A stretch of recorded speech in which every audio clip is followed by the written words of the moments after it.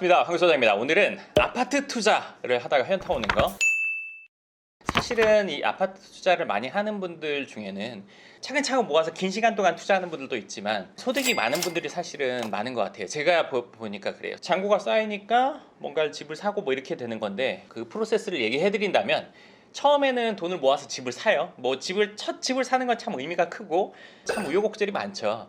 단 한 번밖에 겪을 수 없는 일이고, 사면서 참 여러 가지 걱정도 하게 되고, 뭐 대출도 하는 분들도 있고, 뭐 대부분 하죠. 이자 못 갚으면 어쩌고 별의별 생각을 다 하다가 어쨌건 집을 사요.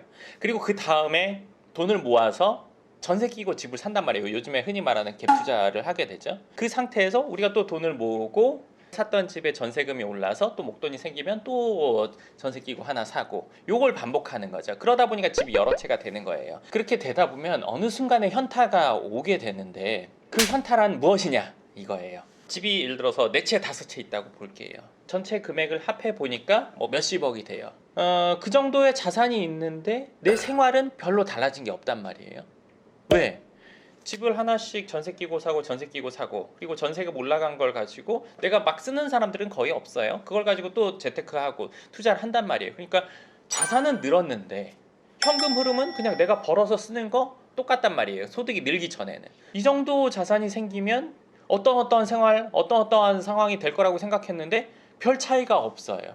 너 이 정도 자산이랑 부자다, 부럽다, 뭐 이렇게 얘기할 수 있는데, 그런 부러움을 사는 거는 참 어떻게 보면 기분 좋은 일이죠. 누군가에게 부러움을 산다는 거는. 근데 사실 내 생활은 과거와 별 차이가 없어. 진행하다가는 잘 몰라요. 현타가 오는 시점은 내가 일할 수 있는 시간이 그렇게 많이 안 남았을 때, 정말 길면 10년 전에 느낄 수도 있고, 아니면 뭐 5년 정도 남았을 때, 7년 남았을 때 그런 생각을 하게 돼요. 일을 더 해야 될 것 같고, 내가 금융상품 여러 가지 드러났지만 그걸 가지고 노후 대비가 확실히 됐다고 말하기가 좀 어려워요. 왜냐? 내가 한참 돈을 버는 이 시점보다 소득이 확실히 줄어들거든요. 유지는 할 수 있지만 지금처럼 풍족함을 느끼기는 어려운 상황이 오는 거예요. 그러면서 그 다음 단계는 뭐냐? 이제는 그럼 뭐 자녀들한테 물려줘야 될 때, 아니면 어떻게 물려주는 게 좋을까? 집 한 채씩 애들 주면 좋을까? 이런 고민을 하는 단계. 그러면서 내 생활은 과거보다 훨씬 더 줄어드는 단계로 가게 되죠. 왜 내 생활은 그 전과 별 차이가 없는지, 내 소득으로 인해서만 유지되고 있는지, 이때 현타가 오죠. 그리고 현타가 오면서 하나 더 플러스되는 요소가 있는데, 뭐냐면 5억에 샀는데 10억이 됐어요. 근데 내가 얘를 팔려고 하니까 전세금 빼주고 세금 빼면 남는 게 뭐 3억이에요. 내가 10억으로 따지고 있던 이 집이 정리한다면 3억이 된다는 게, 여기서 이제 괴리가 오는 거죠. 3억 이거를 받아들이기가 쉽지 않죠. 그러니까 매매하기가 사실은 쉽지가 않아요. 갖고 있으면서 뭔가 내가 거기에도 집이 있지, 저기도 부동산이 있지, 그래서 규모가 내가 그래도 적어도 지금 한 50억 되는구나, 이렇게 자산을 크게 내가 갖고 있다고 생각하는 게, 이거 팔고 나면 3억, 이건 사실 애써 외면하게 되거든요. 물론 지금까지 전세금 상승한 걸 다 활용을 했지만 그래도 뭐 크게 자산이 늘어났다고, 내지는 현금 흐름이 많이 만들어졌다고 보기 어려운 시점에 그 현타가 온다는 거죠. 사실 이 내용은 제가 이번에 쓰고 있는 강남 빌딩 투자비법, 그 내용에 지금 지필 중에 있는 부분을 한 부분 얘기해 드리는 거예요. 그리고 아파트 투자를 하면서 이 현타가 오기 전에 사실은 일정 시점에는 수익형 부동산으로 넘어가는 게 맞아요. 아파트 투자를 이 정도를 해서 갖고 있는 분들은 소득이 높은 분들이 많거든요. 대부분 뭐 의사이거나 전문직이거나 이런 분들, 뭐 소득이 한 달에 보통 사람들보다 훨씬 높은 뭐 1-2천만 원 이상인 분들이 많은데, 재테크를 통해서 소득이 들어오지 않더라도 생활이 윤택해요.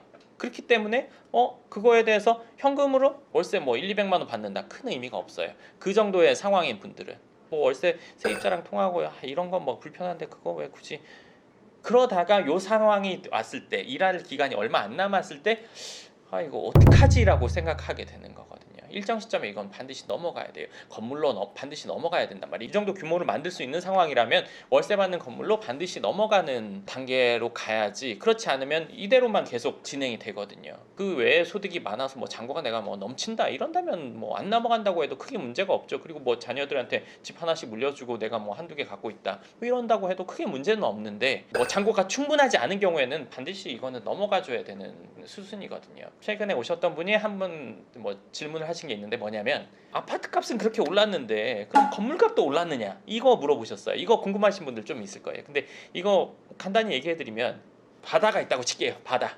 여기에서 물 떠먹으면 짜고 여기는 달 수 있어요? 아니면 맹물일 수 있어요? 불가능하잖아요. 짜면 다 짜잖아요. 바다라는 건 다 달거나 다 짜거나 이렇게 된단 말이에요. 제가 지도 저쪽에 있는데 이게 이제 강남 지도예요. 강남 지도인데 그냥 강남을 예로 드는 거니까요. 뭐 아파트 단지가 막 이렇게 있어요. 아파트값 올랐어요. 그러면 근처에 있는 건물값 안 오를까요? 여기랑 여기랑 뭐 한참 떨어진 것도 아니고 아파트만 올라야 되고 뭐는 안 올라야 되고 이런 게 아니거든요. 부동산의 본질은 땅에 있어요, 건물에 있어요. 당연히 땅값이 올라간다는 거죠. 모든 건물은 아무리 뭐 작품이고 어쩌고 잘 지었고 하더라도 시간 지나면 감가생각되는 게 건축물의 가치예요. 뭐 문화재나 뭐 이런 걸 빼고 우리가 보통 건축을 해서 사용하는 건물이라고 치면요.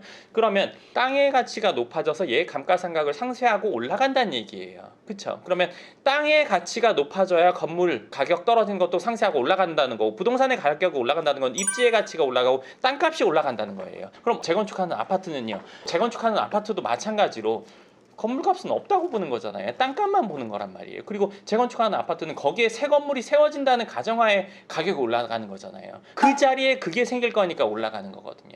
자, 아까 얘기로 다시 돌아가서 얘기해 볼게요. 어느 블록에 아파트 단지가 있는데 그 앞 근처에 있는 땅, 뭐 예를 들어서 건물이 있다. 그러면 이 아파트가 있는 지역의 땅값만 올라가고 그 옆에 있는 땅은 안 올라간다. 이럴 수가 없잖아요. 같은 한 판인데요.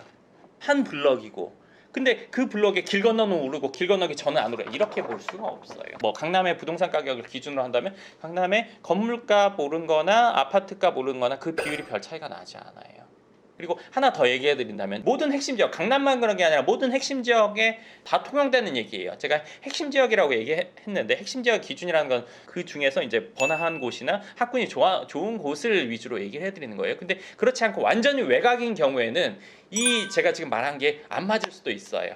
왜냐하면 아파트 값이 오르는데 뭐 예를 들어서 그 근처에 있는 건물 값은 그것만큼 안 올라갈 수도 있어요. 물론 올라갔지만 얘만큼 안 올라갈 수는 있어요. 얘는 오르는데 얘는 아예 안 오른다 이렇게 되기는 어렵거든요. 기본적으로는 괜찮은 지역, 핵심 지역에서는 아파트 값이 오르면 뭐 건물 값이나 이런 것들도 반드시 영향을 받아서 그 정도의 상승세는 있다는 거 알아두시면 좋을 것 같고요. 아파트로 재테크를 해서 현타가 오는 시점 이것도 해보신 분들은 아실 거예요. 나이가 50대에서 60대 정도에 느끼는 감정이거든요. 일을 좀 길게 하시는 의사분들 같은 경우에는 60대 전후로 느끼기도 해요. 규모가 커지긴 커졌는데 현금으로 빼려고 하니까 그거에 훨씬 못 미치는 금액. 뭐 20억짜리 아파트인데 전세금이랑 뭐 예를 들어서 세금이랑 내고 보니까 뭐 한 5, 6억 나오네.